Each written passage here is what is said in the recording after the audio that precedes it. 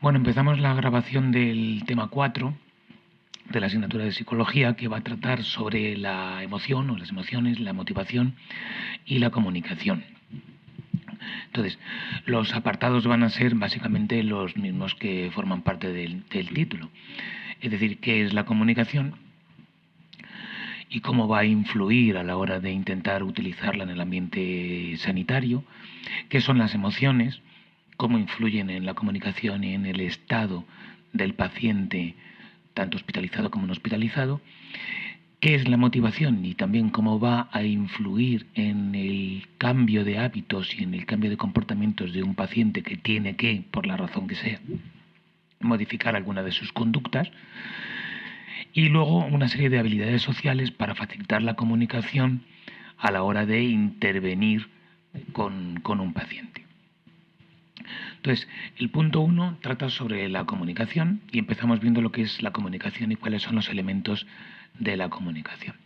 Entonces, la comunicación es el proceso por el cual se produce un intercambio de información entre dos sujetos.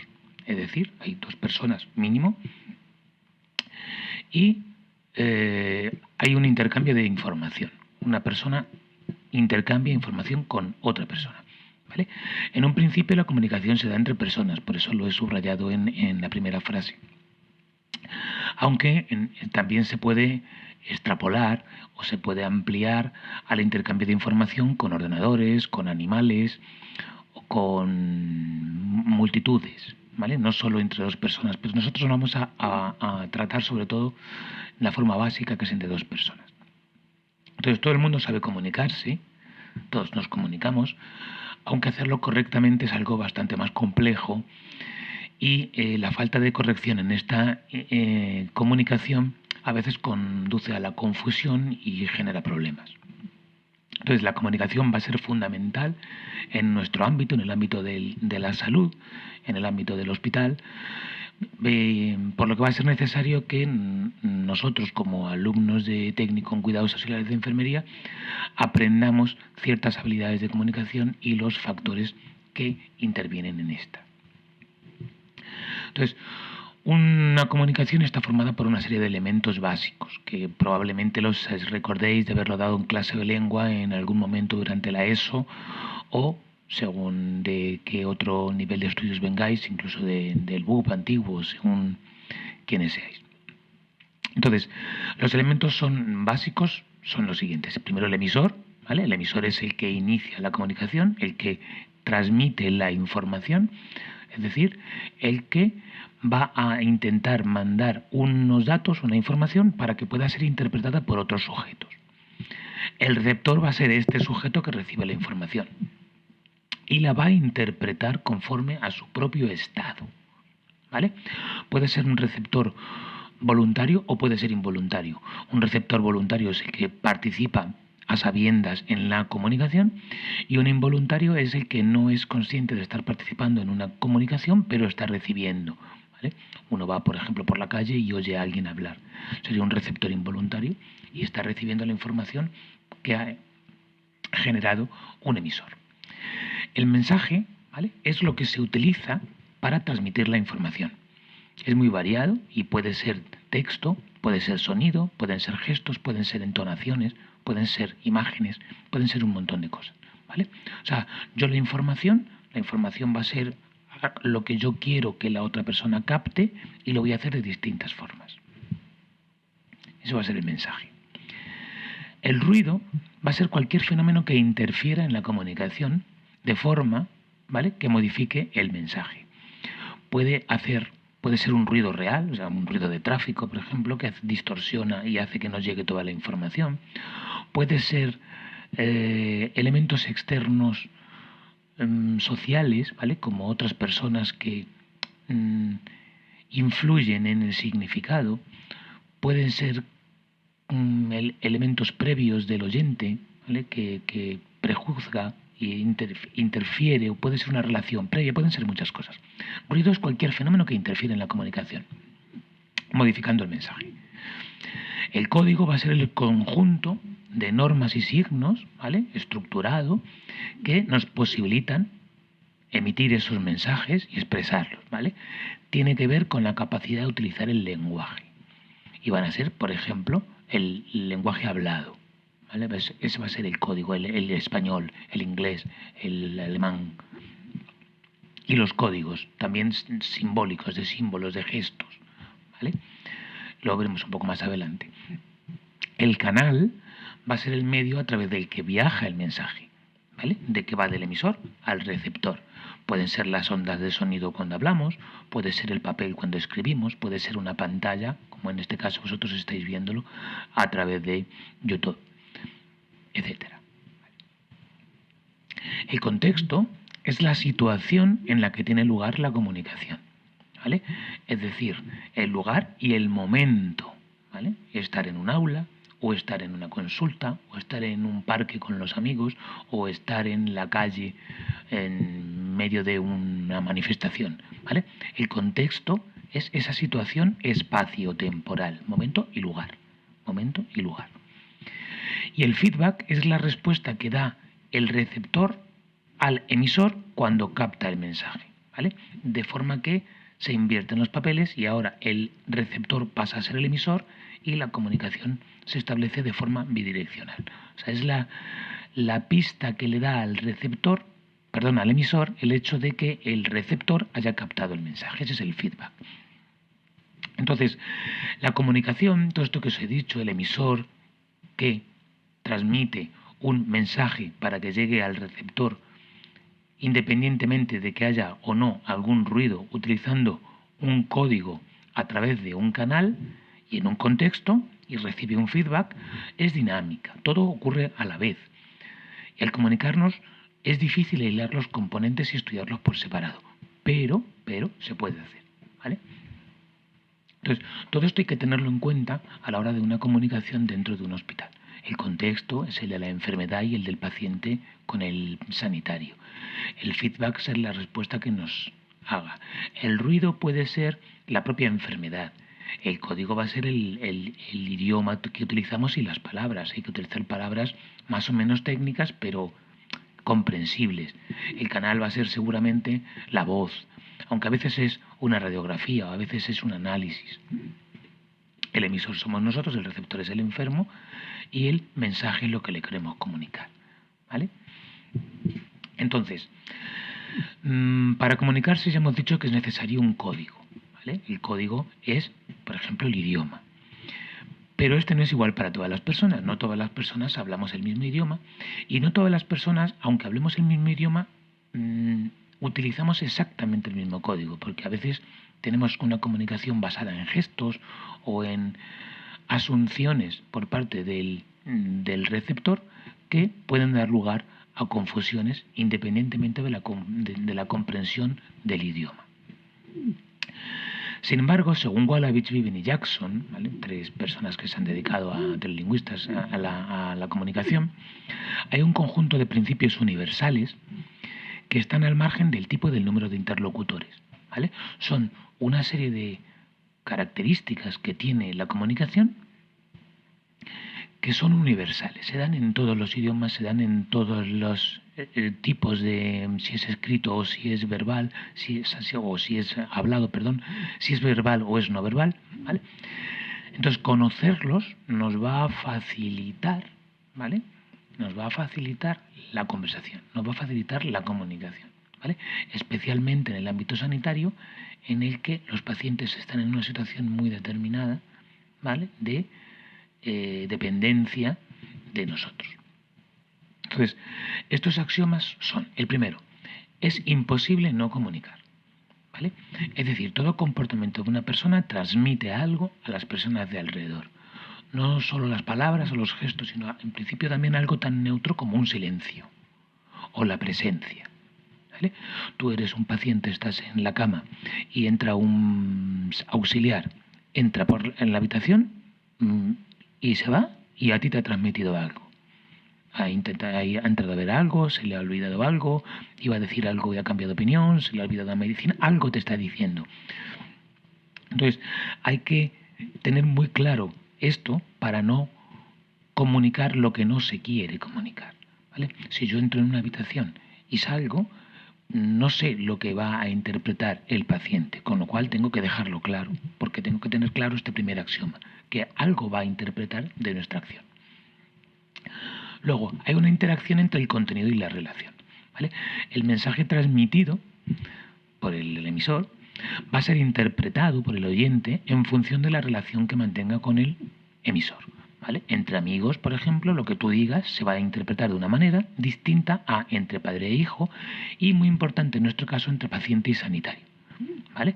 La relación entre paciente y sanitario, el paciente es el que está esperando pacientemente, el que no es activo en la acción sanitaria, con lo cual va a interpretar de una forma determinada el mensaje. Entonces tenemos que tener claro esa relación asimétrica de que nosotros tenemos la información y el conocimiento y el paciente no. Tercero, hay una puntuación de secuencia en los hechos. Es decir, hay una relación entre la emisión, la recepción y la secuencia que se genera a partir de ahí, ¿vale?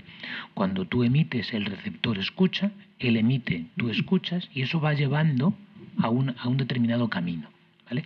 A veces va amplificando una determinada dirección, como ocurre, por ejemplo, en una discusión. Cuando se establece una discusión, hay un punto que va cambiando la conversación de tono, por ejemplo, ¿vale? Y la va llevando a otro lado. Entonces, hay que tener claro esto para que una comunicación no derive donde no queremos. Y con un paciente podemos hacerlo nosotros porque el paciente empiece, por ejemplo, a tener miedo, entonces tenemos que desviar la conversación para que se nos vaya a amplificar la sensación de ansiedad. Cuarto, hay una comunicación digital y una analógica, o una verbal y una no verbal, ¿vale? Es decir, hay palabras que dicen mediante signos arbitrarios, que son los conceptos, como pues eso, el hablar, ¿vale? Y luego cómo decimos las palabras, cómo gesticulamos, cómo entonamos, cómo hacemos movimientos corporales. Eso hay que tenerlo muy claro porque hay una relación entre lo analógico y lo digital, o entre lo verbal y lo no verbal, que es lo mismo, ¿vale? Y tenemos que manejarlo bien para no dar una mala interpretación, para que no se pueda interpretar mal lo que queremos decir. Y luego también hay una simetría o una complementariedad en las interacciones, ¿vale? Los hablantes no tienen siempre el mismo rol dentro de la conversación, o sí lo tienen, ¿vale? Entonces puede haber asimetría o puede haber simetría. En el caso, por ejemplo, de paciente-cliente o de paciente-cliente, de paciente sanitario, hay una asimetría.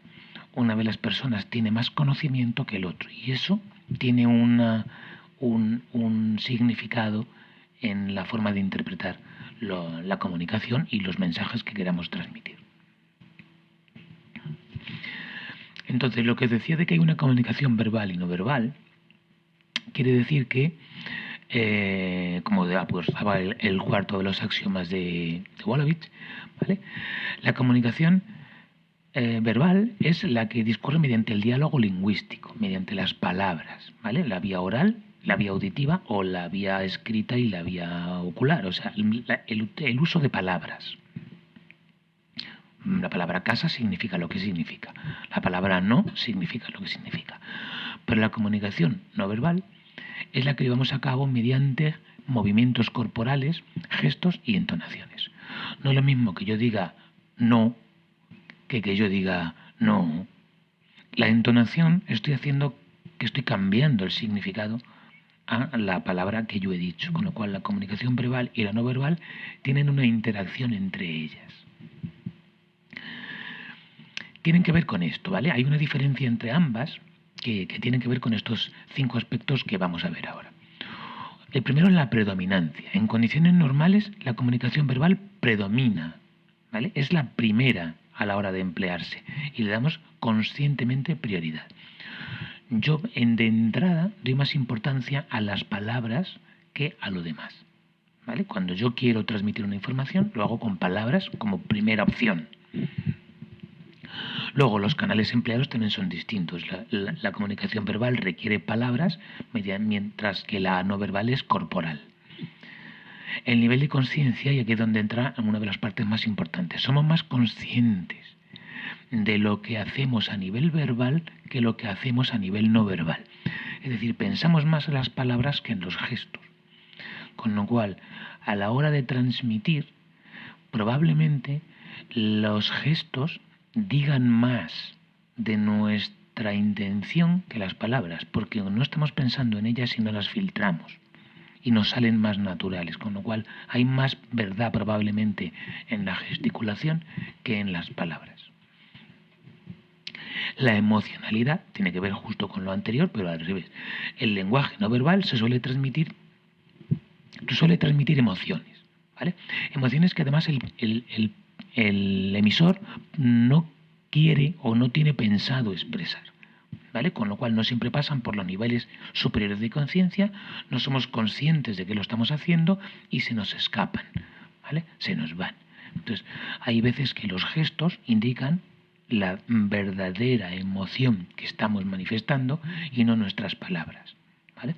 Una persona que le preguntas, oye, ¿qué tal estás? Dice, bien, bien, y hace así una entonación, ese bien de la entonación, el gesto, a lo mejor el inclinar el cuerpo, nos está diciendo que en realidad no está bien. Nos transmite la emoción, no lo razonado. Y luego el nivel de inclusión. La comunicación verbal está más considerada a todos los niveles sociales, ¿vale?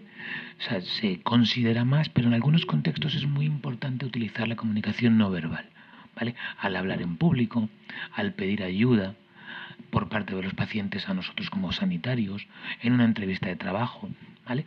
La comunicación no verbal está muy valorada, muy considerada por lo reveladora que puede ser.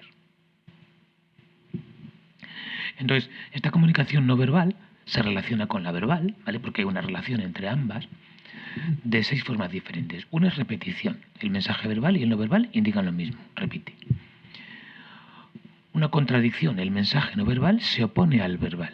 Cuando se oponen, por lo general, el no verbal manda, ¿vale? Si mis gestos indican que no y mis palabras que sí, seguramente sea que no. Sustitución es que omites las palabras porque se entiende con el gesto. Uno asiente con la cabeza en vez de decir sí.